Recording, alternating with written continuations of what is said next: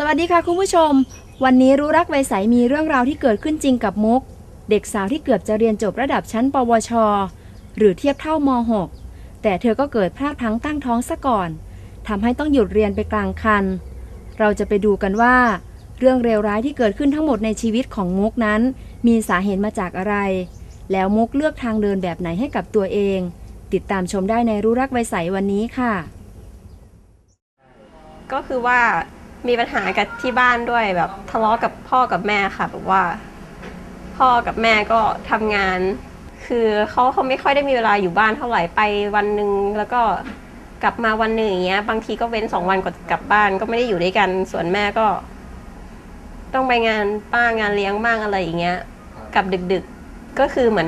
อนอยู่คนเดียวตลอดเวลาพี่สาวคนนึงก็เรียนที่กรุงเทพเขาก็ไม่ได้กลับมาค่ะนี่คุณจะไปอีกแล้วเหรอเมื่อไหร่คุณจะหยุดงานบ้าๆของคุณสักทีฮะงานบ้าไม่ใช่พวกงานบ้าเลยที่มีกินมีใช้ในวันนี้เนอะคุณรู้บ้างไหมฉันต้องอยู่กับลูกมากี่ปีแล้วให้คุณให้ผมทำไง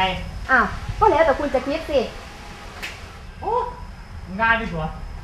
เอ๊ะพูดขนาดนี้ยังไม่สำนึกอีกเหรอกลับมาคุยกันเดี๋ยวนี้นะ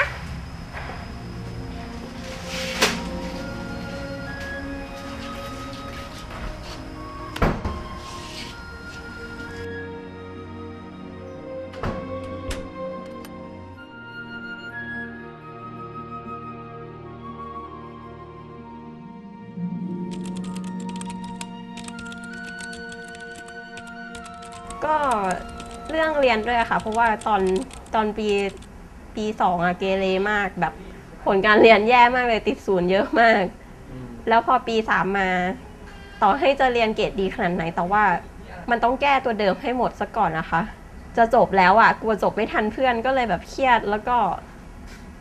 คิดมากอะก็เหมือนไม่มีใครเลยอย่างเงี้ยแล้วก็ติดเน็ตติดอะเล่นตลอดก็คุยแต่กับเพื่อนมีปัญหาก็ปรึกษาเพื่อนปรึกษาแฟนปรึกษาแบบคนรู้จักก็เลยกลายเป็นว่าแนะนำผิด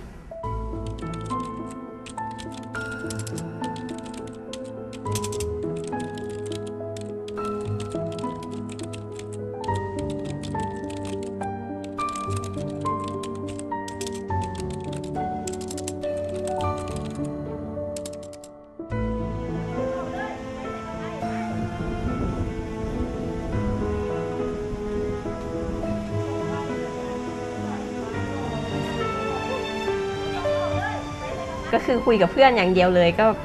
พ่อแม่ไม่ค่อยได้มีเวลาให้ค่ะก็เหมือนเป็นมีปัญหาไปเลยอะกำลังฝึกงานค่ะเหลืออีกแค่เทอมเดียวอะไม่ถึงเทอมด้วยซ้ำก็จะจบอยู่แล้วอะ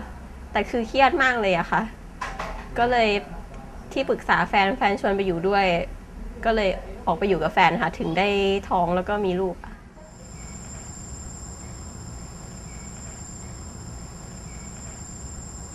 พ่อกับแม่ทะเลาะกันอีกแล้วเหรอ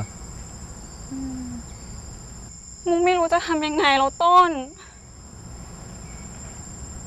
เอางี้งั้นมุกย้ายไปอยู่กับต้นที่หอสักพักหายเครียดค่อยกลับมาใหม่จะดีเหรอต้นมุกว่ามันไม่ดีนะแฮน่ายังไงที่บ้านก็ไม่มีใครสนใจมุกอยู่แล้วนี่